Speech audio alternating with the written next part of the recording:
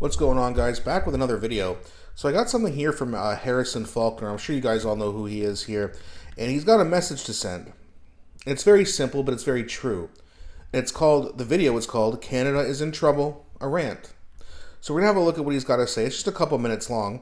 Now, before we do get into that, please don't forget to like and subscribe. It really does help grow the channel. And I appreciate you guys for doing that so much. So let's have a look at this. And then we'll talk about it after like usual. Something is clearly broken in Canada right now. The unemployment rate for young men is over 22%. Almost a quarter of all young men in Canada are jobless. What do you think happens to a country when that many young men are jobless and hopeless?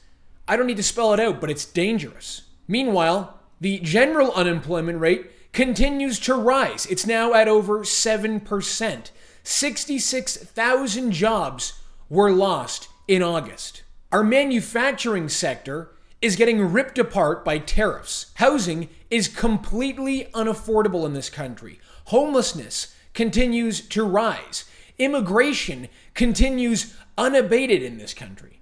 We have a prime minister and lobbyists encouraging businesses to hire more low-skilled foreign workers on slave wages while peddling a myth that young Canadians are lazy and don't want to work.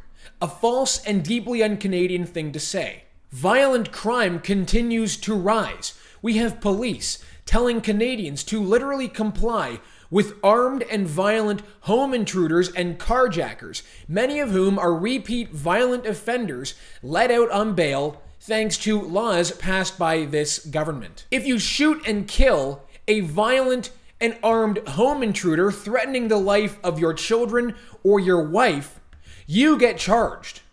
Since 2015, we have lost more Canadians to opioid and fentanyl overdose deaths than we lost in the entirety of World War II. We have a literal drug war being waged on our most vulnerable people across this country by the Chinese government and the Mexican cartels, who are themselves aided and abetted by the Mexican government. Meanwhile, the Canadian government pretends that the Mexican government is some sort of ally to Canada. Now, forget all the statistics. Do you know anyone in this country? Just want to quickly point out as well, President Sheinbaum, who is the president of Mexico, during their election, I believe there was about 36 of them, or maybe even more than that, who were running and then mysteriously just disappeared.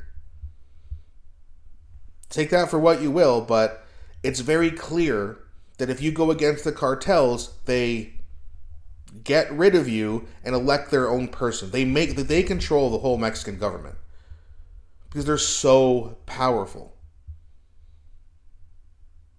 Right? You don't have a cartel that makes, they probably bring in trillions of dollars a year. We don't know, but maybe I'm overshooting it, but it's at least hundreds of billions of dollars a year. They are more powerful than they have their own military, for crying out loud. So you go against the cartels, you say, we're going to stand up against these cartels, you're gone, literally. And they bring in their own person and who's not going to push back on them at all. And okay, ma'am, you can be elected. You'll be allowed to run. That's what it is. It's absolute corruption. That is under the age of 60 and who is genuinely optimistic about the future of the country and their own future. Anyone at all. And does anyone really think that the prime... Sorry, let me go back. I accidentally cut him off during his question there.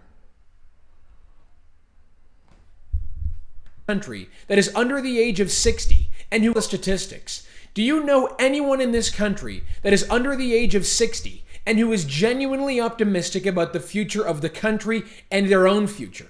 Anyone at all? And does anyone really think that the Prime Minister and premiers across the country genuinely understand how people are feeling right now about this country? Yes, things are broken in this country. This country is in really bad shape. But don't give up hope on Canada either. It wasn't that long ago that things were incredible, that this country was considered one of the best in the world. We can get back there, and we will.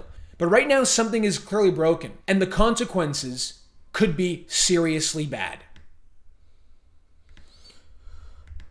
Well, and that's the thing, right? He touched on this a little bit right at the beginning of the video when he's talking about hope. right? Then he said, you know, who do you know under 60 that has hope for a brighter future in this country? And he's right. Like, it's almost nobody. Now, a lot of people thought, because they were scared of Trump, that Carney's the guy. They're finding out that's not true. We'll see how that continues to play out through the fall and the winter time now.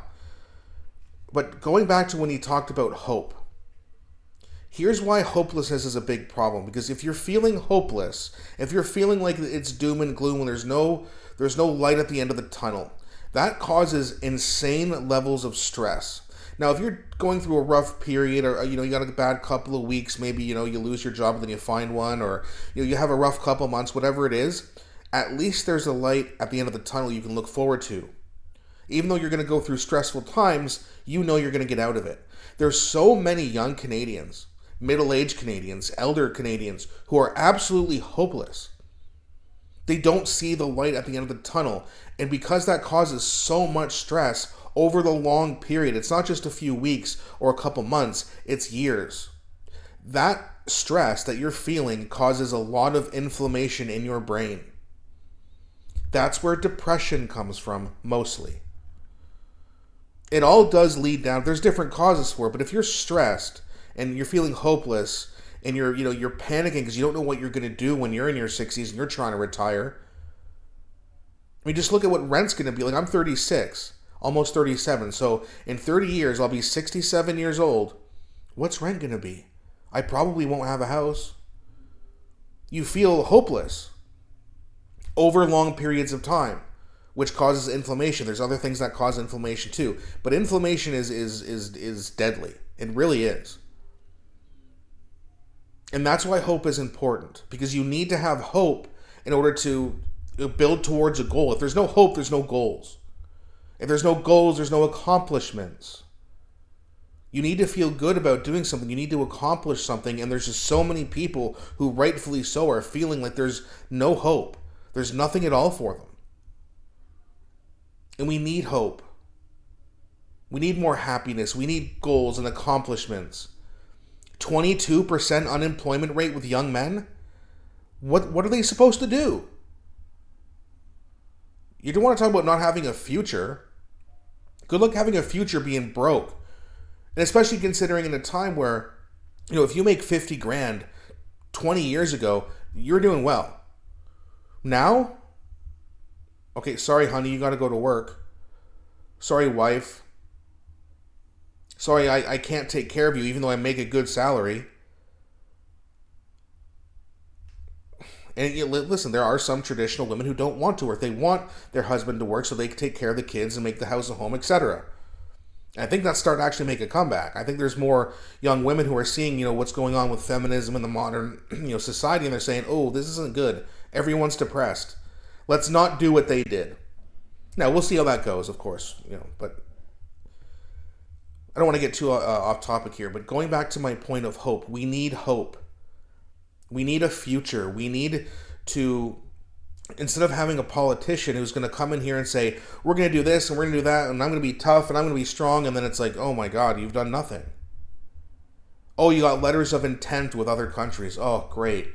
Oh, you build an office. You build an office so you can have meetings about getting things done sometime in the future.